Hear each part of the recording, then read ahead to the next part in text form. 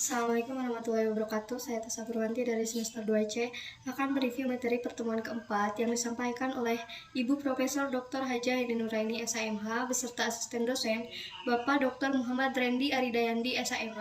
Langsung saja, jenis-jenis tindak pidana yang pertama menurut KUHP 1. Kejahatan atau misdreavement dalam buku 2 pasal 104 sampai 488 KUHP. Yang kedua, pelanggaran atau overtrading dalam buku 3 pasal 489 sampai 569 KUHP.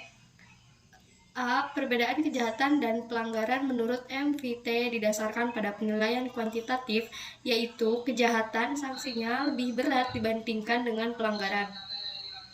sanksi pelanggaran.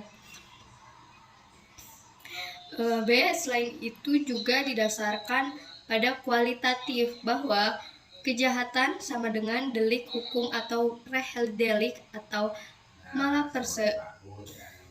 Selanjutnya pelanggaran sama dengan delik undang-undang atau wetsdelik atau malaquia prohibilita. Yang kedua menurut doktrin atau delik formil dan delik material.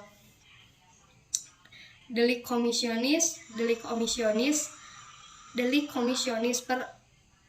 per omissionem commissa, delik dolus dan delik culpa, delik tunggal dan delik berganda, delik aduan dan bukan delik aduan, delik politik dan delik umum, delik khusus dan delik umum.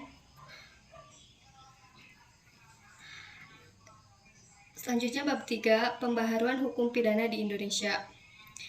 Yang pertama, sejarah berlakunya KUHP di Indonesia. Berasal dari WPS Belanda melalui pasal 75 RR Junto pasal 131 IS sejak 1 Januari 1918 berubah menjadi WPSNI. Selanjutnya melalui Undang-Undang Nomor 1 Tahun 1946 WPSNI berubah menjadi KUHP. Alasan-alasan diadakan pembaharuan KUHP. Alasan politis. Negara Indonesia adalah negara yang merdeka. Oleh karena itu, sudah sewajarnya lah kalau memiliki KUHP yang sifatnya nasional, yang merupakan hasil ciptaan bangsa Indonesia sendiri. Dengan menggunakan KUHP, warisan kolonial Belanda dapat diartikan bahwa secara politis Indonesia masih dijajah Belanda. Selanjutnya alasan sosiologis. Dalam KUHP warisan kolonial Belanda masih ditemukan atau terdapat nilai-nilai budaya dan agama di Indonesia yang tidak diatur dalam KUHP, bahkan tidak mendapatkan pengaturan.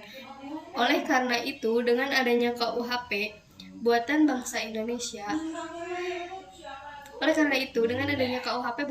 Indonesia sendiri diharapkan dapat membuat aturan-aturan yang mencerminkan nilai-nilai budaya dan agama yang dianut di Indonesia.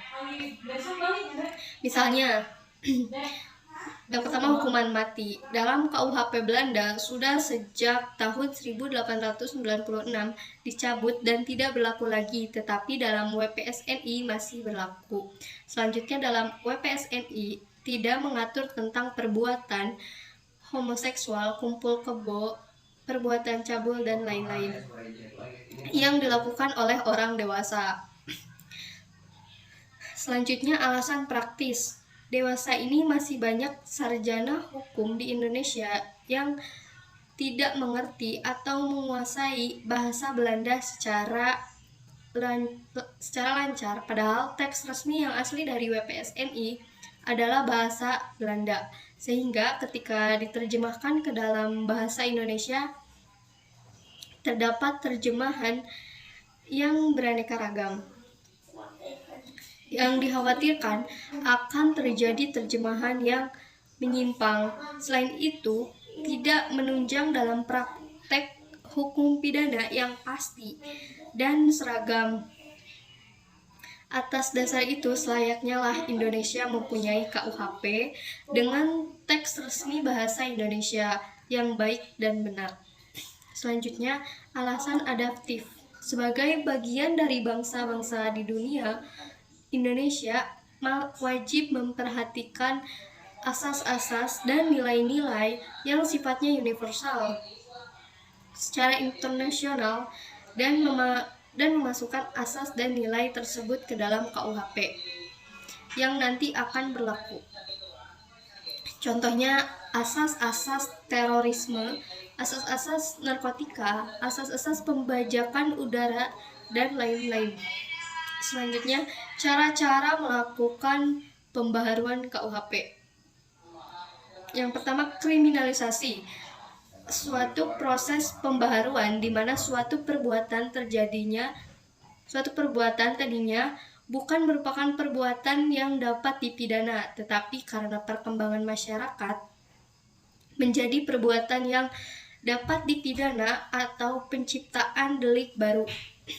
Pembaharuan ini diakhiri dengan terbitnya undang-undang baru, contohnya Undang-Undang Nomor 1 PMPS tahun 1965 tentang penodaan agama. Terhadap undang-undang ini ada kritik dari Profesor Omar Seno Adji yang mengatakan bahwa Undang-Undang Nomor 1 tahun 1965 junto pasal 156 KUHP bukanlah delik agama, tetapi merupakan delik yang berhubungan agama atau penodaan agama. Alasannya karena kalau delik agama harus diatur secara rinci tentang agama. Misalnya tentang penghinaan agama, kitab suci, nabi, ulama, dan lain-lain. Selanjutnya, dekriminalisasi atau suatu proses pembaharuan yang tadi suatu perbuatan itu dapat dipidana karena perkembangan masyarakat menjadi perbuatan yang tidak dapat dipidana atau membandulkan delik. Contohnya pasal 534 KUHP terbatas hanya pada petugas atau penyuluh keluarga berencana atau sifatnya terbatas. Selanjutnya, Undang-Undang Nomor 17 Tahun 1967 tentang penarikan cek kosong. Menurut undang-undang ini, setiap penarikan cek kosong adalah tindak pidana.